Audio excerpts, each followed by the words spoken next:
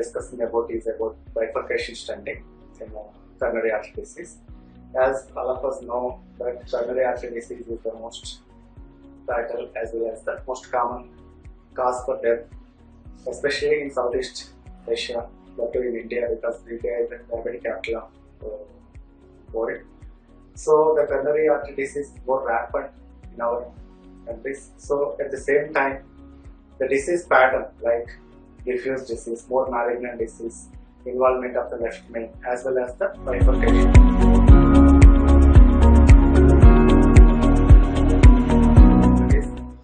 Disease involving the side branch also is more common, we see it more commonly. So as it is, mine is a single center, single operator center. So even though the load is not much high, maybe operating 10 to 20 cases of angioplasties per month. Almost 20 to 30% of these patients usually have complex coronary artery disease, including the bifurcation lesions. So when compared to the bifurcation, actually it is either left main bifurcation or non-left main bifurcation. That is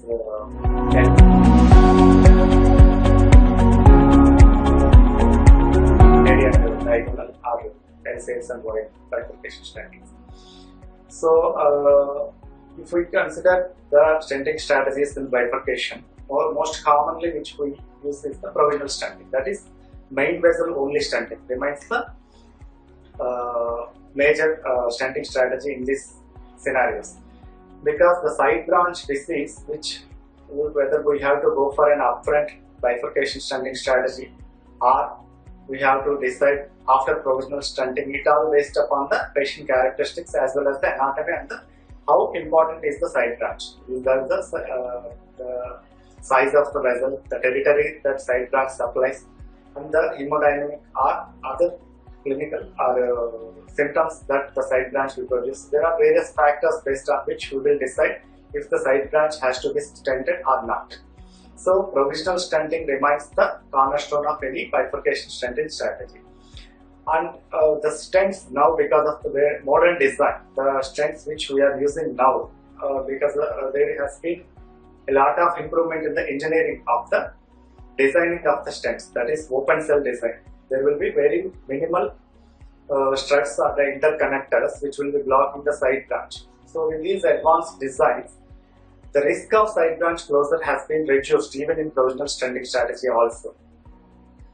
But and also the strut thickness. As the strut thickness comes down, the chance of side branch closure also comes down, because if we see 80 to 100 micron struts, it may get close or narrow the vessel. But if we see 60 to 70 microns thickness, the chance of occluding a side branch even with provisional stenting also very less.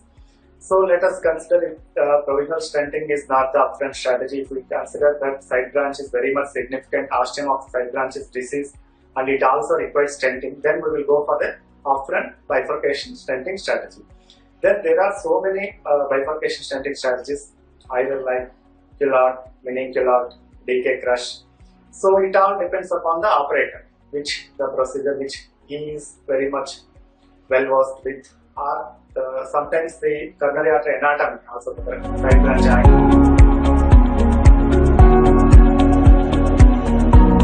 strategy has to be followed. Usually I do mini or nano crush stenting technique in bifurcation stenting. In this, the side branch vessel and main branch vessel are wide both simultaneously. Then predilatation is done as per the size of the distal vessel. Then side branch stent is placed first, then it is deployed with 2 to 3 mm protruding into the main vessel. Then the balloon and the wire is removed out. Now main vessel stent is deployed, crushing the side branch stent, followed by rewiring of the side branch, then kissing balloon dilatation, followed by the proximal optimization of the main vessel stenting. This is the usual strategy which I follow in my cath lab. I did almost 2-3 cases in this month itself.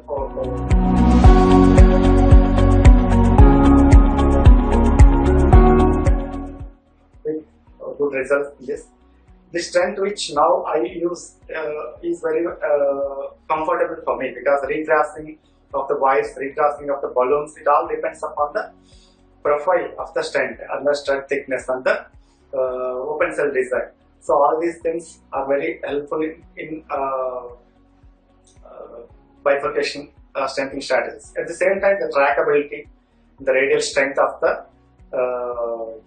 studs stent design is also very much important, because if we're going for mid or distal LAD lesions which are having sometimes tortuous vessels, then we may need a stent which is more flexible and trackable so as to reach those locations very easily. At the same time, without compromising the side branch.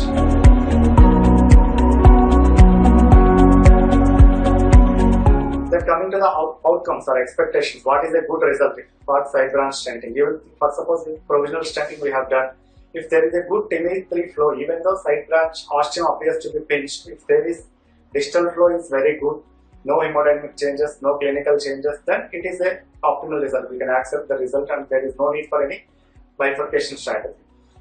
For suppose if we opted for a dedicated bifurcation strategy like DK crush or mini crush, which I have done.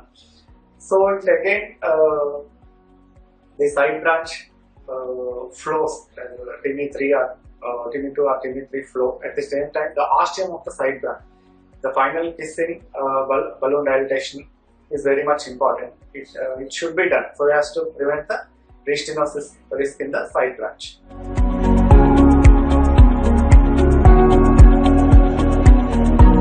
So, if we see the clinical experience, the scientific data which encourages us, this is the as for now, till now, with the available data, provisional stenting is always the best strategy, provided if there is no side branch, significant side branch compromise. So only stenting the main vessel. Now, as I told, with the advanced stent design, the chance of side branch occlusion, even if the side branch ostium is also deceased, is very much less, as I told, because of the stud thickness, which is very small, almost 60 microns now we are getting. Open cell design, there are not much interconnected leaks even within the main vessel stents. So there the chance of stent struts coming across the side branch is also very less. So provisional stenting remains the best. Then if we take bifurcation stenting strategies, DK crush is the most well studied and the results are very much good with the DK crush stenting strategies.